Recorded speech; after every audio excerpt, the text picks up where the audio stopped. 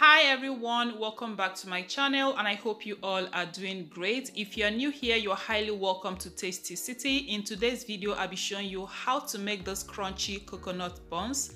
So if you'd like to see how I made this, keep watching. Don't forget to click the like button, and without further ado, let's get started.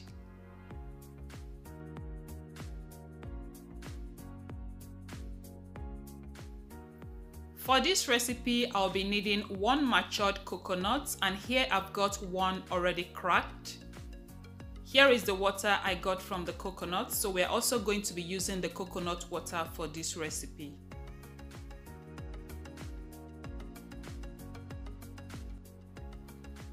To begin this recipe, I'll start by deskinning the coconut because we don't need the skin for this recipe, and you can also use the dried coconut flakes, but believe me, it won't taste as good as using fresh coconut. So you also want to be careful with the knife so you don't hurt yourself. I'll repeat the same process till I'm done, and once I'm done deskinning the coconut, I'll give it a good rinse to get rid of any skin that might be left on, because we want our coconut buns to be spotless. So here I'm done deskinning the coconut, and I've already gone ahead to rinse the coconut out as well. So at this point, we are just going to chop the coconut into little pieces. I'll be using my food processor to blend the coconut. However, you can also use a blender, or you can as well grate them with a grater.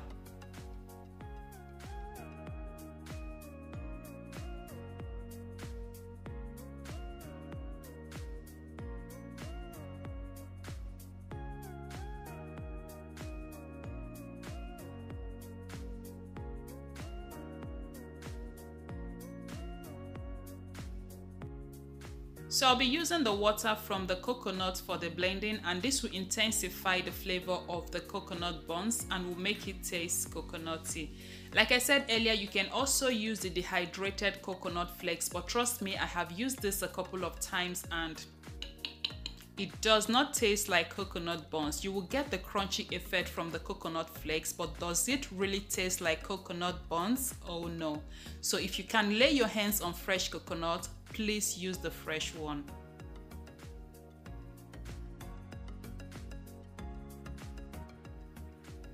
In a mixing bowl, I'll be measuring out 4 cups of all-purpose flour,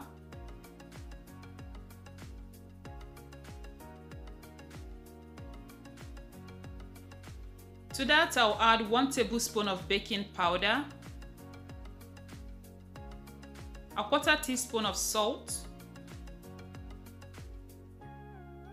and a 1/4 teaspoon of nutmeg. Once that step is completed, I'll go ahead and mix well till it is properly combined. While I was editing, I discovered I have mixed a clip when I added 1/2 cup of sugar after the baking powder. So for this recipe, you will need 1/2 cup of sugar, but don't worry, you will find the detailed list in the description box.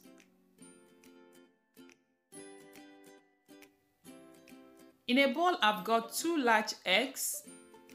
To that, I'll be adding 2 tablespoons of melted unsalted butter.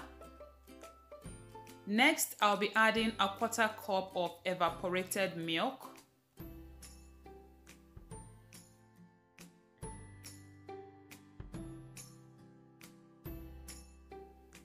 Next, I'll be adding 1 teaspoon of coconut flavor. Since we are making coconut buns, so I think it is best to use coconut flavor. However, feel free to use any flavor of your choice, but be sure not to use anything that will overpower the taste of the coconut. Otherwise, you won't taste that coconutty flavor.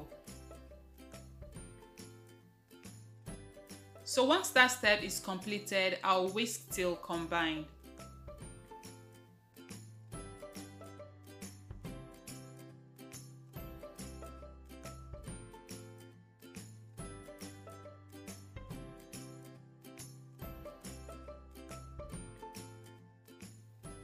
At this point, I'll set the wet aside and then bring back our flour mix and pour in our blended coconuts.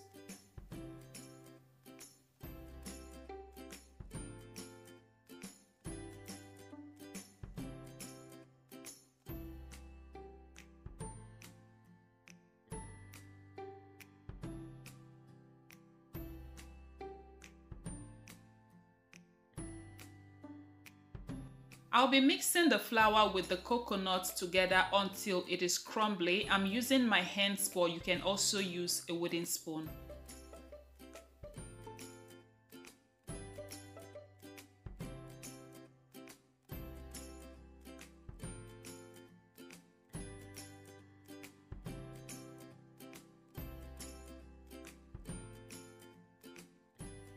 Once you've achieved a crumbly dough just like so, go ahead and add in the wet mix.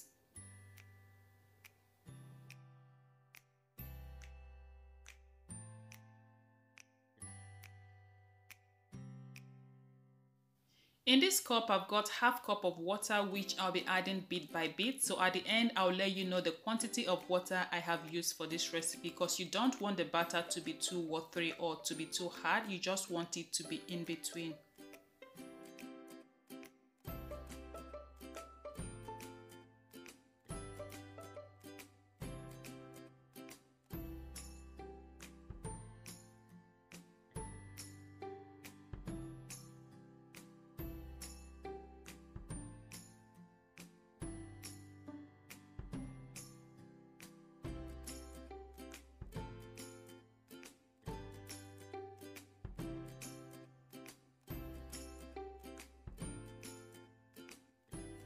Alright, beautiful people, so I'm done with the mixing process, and this is the consistency of batter you should be aiming at.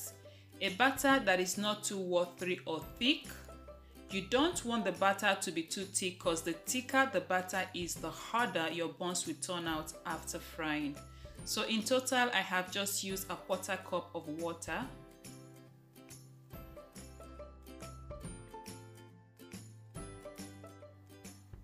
After mixing, allow the batter to rest for 10 minutes while you preheat some vegetable or sunflower oil for the frying process.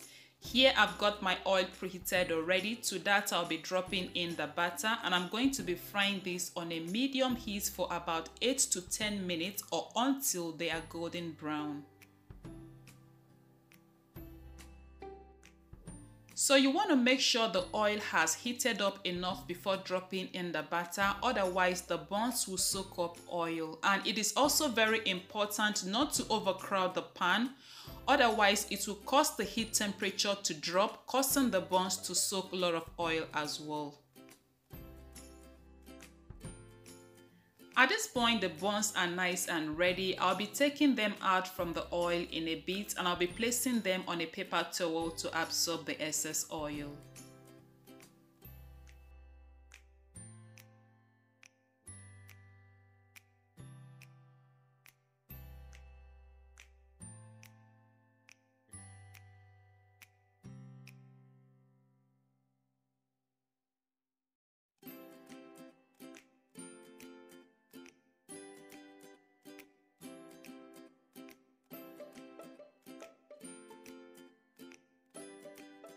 So now I'll go ahead and repeat the same process, and our coconut buns will be ready. Yes.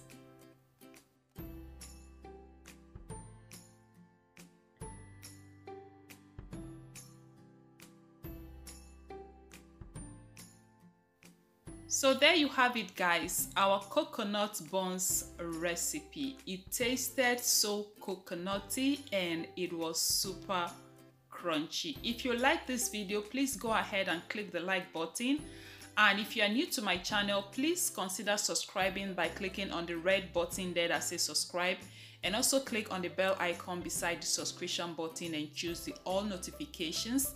That way you'll be notified whenever I upload a new video.